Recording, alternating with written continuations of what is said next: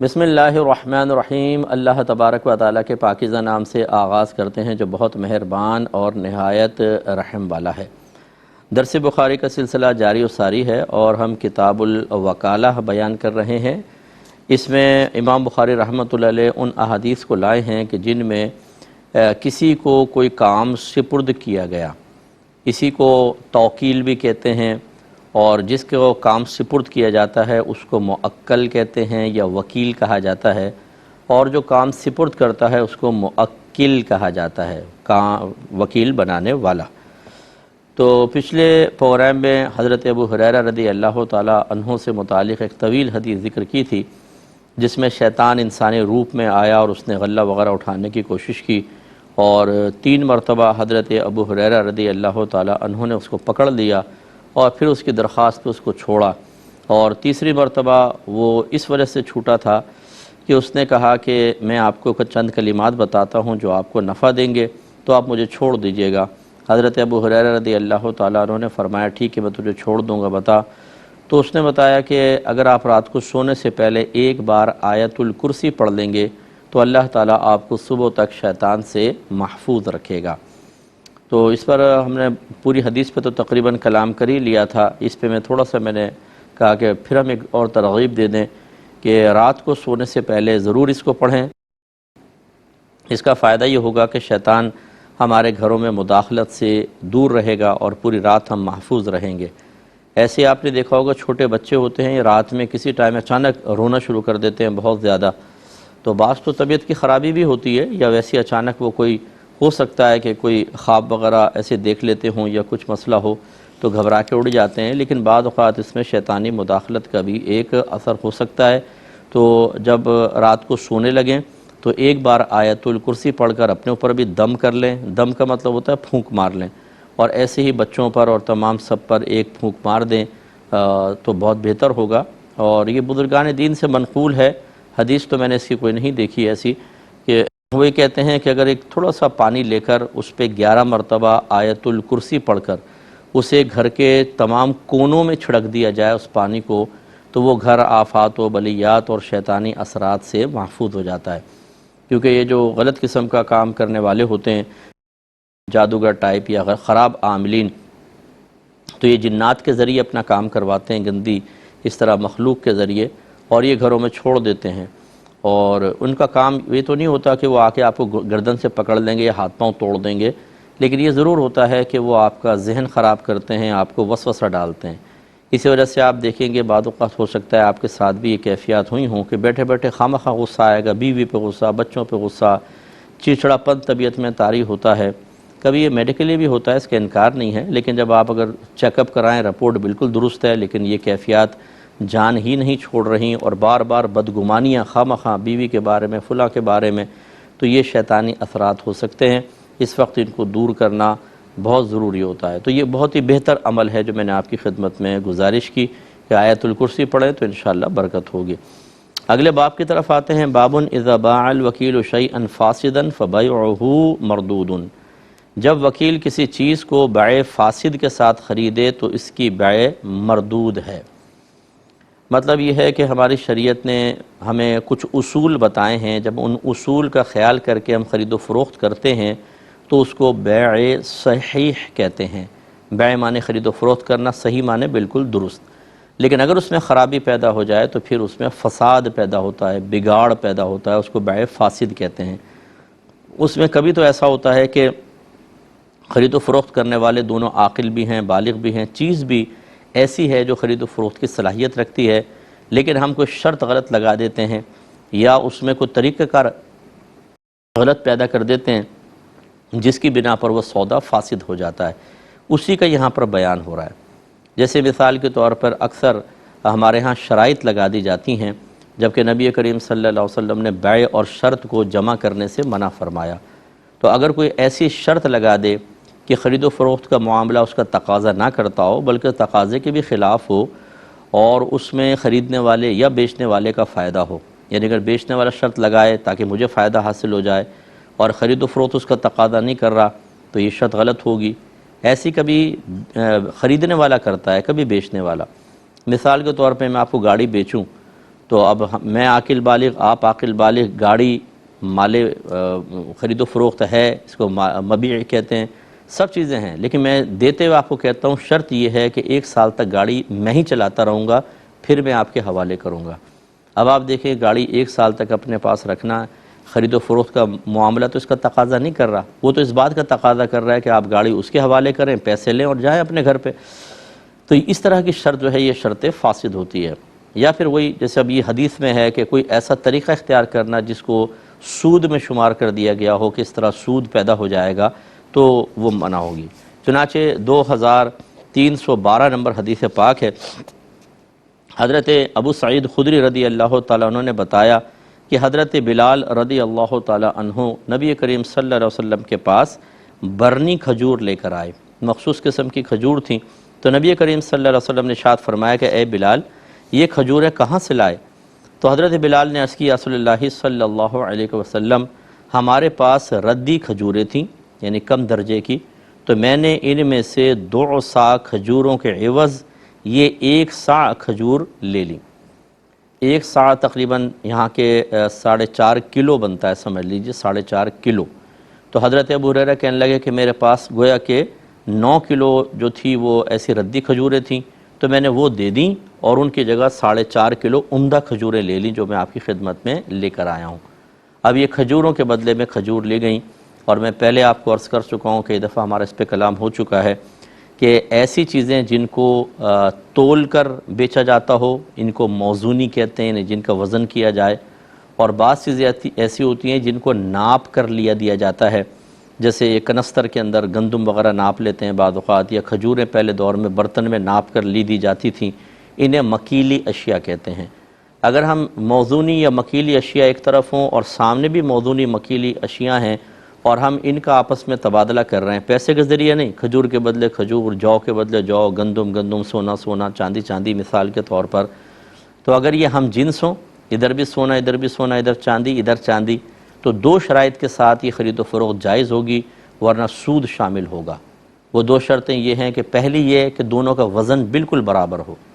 اور دوسرا نقد ہونا چاہیے، ادھار نہیں۔ تو اب یہ چونکہ کھجوریں تھیں اور کھجوریں مکیلی تھیں، ادھر بھی کھجور ہم جنس ہیں، تو 2 شرطیں ضروری تھیں کہ ایک تو دونوں کا وزن برابر ہوتا۔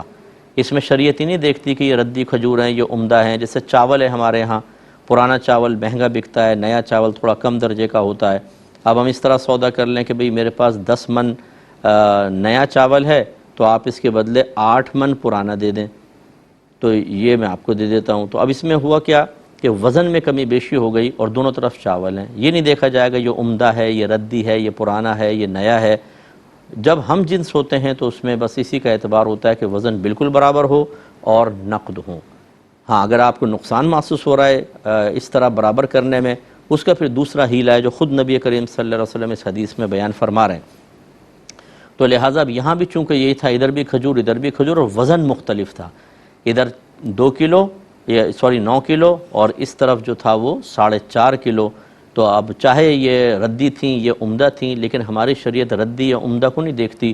جب موزونی مکیلی اشیاء ہوتی ہیں تو وزن برابر ہو اور نقد ہونا چاہیے، اور اگر آپ نے اس میں گڑبڑ کر دی، کوئی ایک شرط دور کر دی، تو اس میں معنوی لحاظ سے سود پیدا ہوگا، اور وہی یہاں پر ہو رہا تھا۔ حضرت بلال رضی اللہ تعالیٰ عنہ کو یقیناً مسئلہ معلوم نہیں تھا، تو آپ نے لا علمی میں ایسا کیا، اسی وجہ سے سرکار صلی اللہ علیہ وسلم نے کوئی اظہار غضب نہیں فرمایا، صحیح صورتحال بتائی۔ چنانچہ اب دیکھیں، حضرت بلال رضی اللہ تعالیٰ عنہ سے سرکار نے پوچھا کہ یہ کھجوریں کہاں سے لائے؟ تو آپ نے عرض کی ہمارے پاس ردی کھجوریں تھیں، تو میں نے ان میں سے 2 صاع کھجوریں دے کر یہ 1 صاع کھجوریں خرید لیں تاکہ ہم نبی کریم صلی اللہ علیہ وسلم کو کھلائیں۔ تو رحمت کونین صلی اللہ علیہ وسلم نے ارشاد فرمایا، اوہ، جیسے ہم کہتے ہیں اف اف، یا اظہار افسوس سرکار نے فرمایا، اور فرمایا یہ تو خالص سود ہے، یہ نہ کرو، لیکن جب تم خریدنا چاہو تو اپنی کھجوروں کو فروخت کر دو اور اس پیسے سے دوسرے کی کھجوریں خرید لو۔ دیکھیں اب یہ ہیلہ پہلے بھی ہمارے گزر چکی ہے حدیث، یہ ہم نے بتایا، مثلا اب یہ 9 کلو تھی نا، یہ ان کو بیچ دیتے ہیں کہ بھئی کتنے بھی پیسے میں بیچ دیں، آپ بک گئی، پیسہ لے لیا، پھر اس پیسے سے آپ کہتے ہیں اب اپنی 4.5 کلو عمدہ کھجوریں مجھے بیچ دو، پیسہ ان کو دے دیتے۔ اب آپ غور کریں، عمدہ کھجوریں آپ کے پاس آ گئیں، آپ کی کھجوریں وہاں چلی گئیں، سودا بالکل جائز، پیسے کے ذریعے کریں گے تو ٹھیک ہو جائے گا، اور پیسہ ان کا ادھر ہی پہنچ گیا، یعنی وہی معاملہ ہوا لیکن جائز صورت ہو گئی۔ اس پہ میں پہلے بھی یہ تبصرہ کر چکا ہوں کہ بعد ہمارے بھائی بہنوں کو جب سمجھایا نا تو کہتے ہیں مفتی صاحب کان یہاں سے پکڑو یہاں سے پکڑو برابر ہے، برابر نہیں ہوتا، یہاں سے پکڑو کتنے آرام سے پکڑا جا رہا ہے، یہاں سے پکڑیں گے کتنا ہاتھ گھما کے پکڑا جا رہا ہے، آپ کو کوئی فرق ہی نظر نہیں آ رہا ہے اس کے اندر۔ یہی نبی کریم صلی اللہ علیہ وسلم نے فرمایا کہ اگر کھجور کو کھجور کے بدلے میں کمی بیشی کے ساتھ لو دو گے تو یہ خالص سود ہے، خالص سود ہے، لیکن اگر تم پیسوں کے بدلے میں لوگے دو گے تو اب سود کہاں ہوگا؟ تو اب خلاصہ کلام یہ ہوا کہ یہ ان کی پہلے یا تو عمدہ کھجوریں خرید لیتے، مثلا 5,000 میں خرید لیں، کھجوریں لے لیں، پیسہ ان کو دے دیا، اب وہ 5,000 سے آپ کی ردی کھجوریں خرید لیں، آپ کو پیسہ دے دیں، دیکھیں پیسہ بھی آ گیا، عمدہ کھجوریں ادھر آ گئیں، ردی کھجوریں ادھر ہی چلی گئیں، لے اور سودا بالکل جائز ہوا۔ اس کو ذرا ذہن میں رکھا جائے۔ تو سونار حضرات بھی بعض اوقات اسی طرح کرتے ہیں کہ وہ سونے کو ایک تو ادھار لیتے دیتے ہیں، بیچتے ہیں، خریدتے بیچتے ادھار ہیں سونے کے بدلے میں، یہ ٹھیک نہیں ہوتا، پیسے کے بدلے میں ہو تو چل جائے گا۔ اور کبھی ایسا ہوتا ہے کہ سونے کو سونے کے بدلے میں کمی بیشی کے ساتھ لے رہے یا دے رہے ہوتے ہیں، اس میں گناہگار ہوں گے، اس کا خیال رکھیے۔ اگلے باب کی طرف آتے ہیں، باب الوکالۃ فی الوقف ونفقتہ وان یطعم صدیقا لہ ویأکل بالمعروف۔ وقف کے مال میں وکالت، وکیل کا خرچ، وکیل کا اپنے دوست کو کھلانا، اور خود بھی عرف کے موافق کھانے کا باب۔ یعنی کیا مطلب؟ پہلے دور میں ایسا ہوتا تھا کہ لوگ چیزیں وقف کرتے تھے، کوئی غلہ وقف کر دیا، کوئی سامان وقف کر دیا، اور پھر وہ غریبوں کے اندر تقسیم کر دیا جاتا تھا، اور اسی طرح بعض اوقات زمینیں وقف کر دی جاتی تھیں کہ اس سے جو آمدنی آئے وہ غرباء کے اندر تقسیم کر دی جائے۔ تو وقف کی تعریف یہی ہوتی ہے کہ ہم اپنی کوئی چیز اللہ تبارک و تعالیٰ کی مکمل طور پر ملکیت میں دے دیتے ہیں، اس طرح کہ اپنے تمام فائدے اس سے منقطع کر لیں۔ جیسے ہم کوئی مسجد کے لیے زمین دے دیتے ہیں نا، بعض اوقات ڈونیٹ کرتے ہیں کہ بھی مسجد کے لیے میں نے دی، تو اب ہمارا اس سے ختم ہو گیا تعلق، اب گویا کہ وہ اللہ تعالیٰ کی خالصتاً ملکیت میں آ گئی، حالانکہ مالک تو پہلے بھی اللہ تبارک و تعالیٰ تھا۔ لیکن آپ غور کریں، اگر پلاٹ میرا ہو تو میرا ہونے کے باوجود اللہ ہی مالک ہے نا، ہم کہتے ہیں پوری کائنات کا مالک اللہ تعالیٰ ہے، لیکن میری طرف بھی نسبت آپ کر سکتے تھے کہ یہ مفتی صاحب کا پلاٹ ہے، لیکن جب میں نے مسجد کے لیے وقف کر دیا تو اب یہ تو ابھی بھی کہیں گے کہ یہ اللہ اس کا مالک ہے، لیکن کیا یہ کہیں گے کہ میں اس کا مالک ہوں؟ نہیں کہہ سکتے۔ تو یہ ہوتا ہے کہ اپنی طرف جو ملکیت کی نسبت ہو رہی ہوتی ہے اس کو بالکل یہ ختم کر کے مکمل طور پہ اللہ تبارک و تعالیٰ کی ملک میں چیز کو دے دینا، یہ وقف کہلاتا ہے، اور اس طرح کے اپنے تمام فائدے اس سے منقطع کر لیے جائیں تو یہ وقف ہے۔ تو اب یہ جو وقف کی چیز ہوتی ہیں، خاص طور پہ جیسے حاکم اسلام ہوتے تھے، اوقاف کا مال ہوتا تھا اور وہ غرباء میں تقسیم ہو رہا ہے، لیکن اس میں تھوڑا بہت عرف کے مطابق وہ خود بھی کھا سکتے تھے۔ مثال کے طور پہ جیسے حاکم ہیں اور باہر سے قافلے آ گئے ملنے کے لیے، مہمان آ گئے ہیں کوئی، تو انہیں وقف کے اس سے پیسے سے کھلایا جا سکتا تھا، ٹھیک ہے نا؟ تو لیکن اس میں یہ ہوگا کہ اس کو اپنی ملکیت نہیں بنا سکتے، اس کی اپنی پراپرٹی نہیں بنا سکتے، اور اسی طریقے سے یعنی جیسے پلاٹ ہے تو اپنے قبضے میں لے لیا، یہ نہیں کر سکتے، اور اسی طرح جو وہاں دستور کے مطابق ہے، عمومی طور پہ عرف رائج ہے کہ بھئی اتنا تو کھلاتے پلاتے ہیں، وہ چلے گا، یہ نہیں ہے کہ 8-10 قسم کے کھانے بنا لیے اور پرتکلف دعوت کر رہے ہیں، یہ نہیں۔ تو یہ چیزیں ذرا ذہن میں رکھیں۔ تو اب اس کے تحت ایک حدیث لے کر آئے ہیں 2313 نمبر، حضرت عمر رضی اللہ تعالی عنہ بیان کرتے ہیں کہ حضرت عمر فاروق رضی اللہ تعالی عنہ نے صدقے کے مال کے متعلق فرمایا کہ ولی اگر صدقے کے مال سے خود کھائے یا اپنے دوست کو کھلائے تو اس میں کوئی حرج نہیں ہے۔ ولی سے مراد وہی جو والی ہے، شہر کا والی، حاکم ہے، جبکہ وہ اس سے مال جمع نہ کرنا چاہتا ہو، یعنی یہ مقصود نہ ہو کہ اپنے قبضے میں لے لیں، جیسے پلاٹ بنا لیں، سامان اٹھا کے لے جائیں، یہ نہیں ہے۔ اب مہمان آ گئے ہیں گھر میں، جو حکومتی مہمان ہوتے ہیں، ایک تو ہوتا ہے ذاتی گھر کا مہمان، اس کی بات نہیں ہو رہی ہے، ایک ہے جیسے باہر کے وفد ملنے آ رہے ہیں امیر المومنین سے، تو اب یقینی سی بات ہے اگر دیکھا جائے تو وہ تو ریاست کے مہمان ہیں، وہ ذاتی مہمان نہیں، ان کے بارے میں فرما رہے ہیں کہ ان کو کھلا پلا سکتے ہیں اور خود بھی اس میں سے تھوڑا بہت کھا سکتے ہیں۔ حضرت ابن عمر رضی اللہ تعالی عنہما حضرت عمر رضی اللہ تعالی عنہ کے صدقات کے منتظم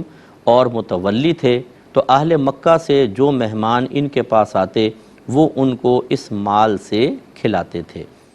تو یہ بڑی توجہ والی بات ہے، اور اس کو جو مسئلے جانتا ہو وہی اس میں تصرف کرے۔ جیسے آج کل مدارس میں آپ کوئی فنڈ وغیرہ دیتے ہیں، ڈونیشن دیتے ہیں، تو وہاں کے بچوں کے لیے کھانا وغیرہ بنایا جاتا ہے، ٹیچرز بھی اس میں سے کھاتے ہیں، بعض اوقات ایسا ہوتا ہے۔ اور یہ بھی ہمارے ہاں عرف جائز ہے دینی اداروں کے اندر کہ اس قسم کے مال سے انہیں بھی کھلا دیا جاتا ہے جو مہمان آتے ہیں، دارالعلوم میں ملنے آئے علماء وغیرہ یا کوئی، تو انہیں بھی کھلا دیا جاتا ہے۔ تو یہ بس اس میں خیال کرنا چاہیے کہ وہ خالصتاً زکوٰۃ کا مال نہ ہو۔ ایک ہوتی ہے ڈونیشن، نفلی صدقات ہوتے ہیں، اس میں تو یہ عرف جاری ہوگا، لیکن اگر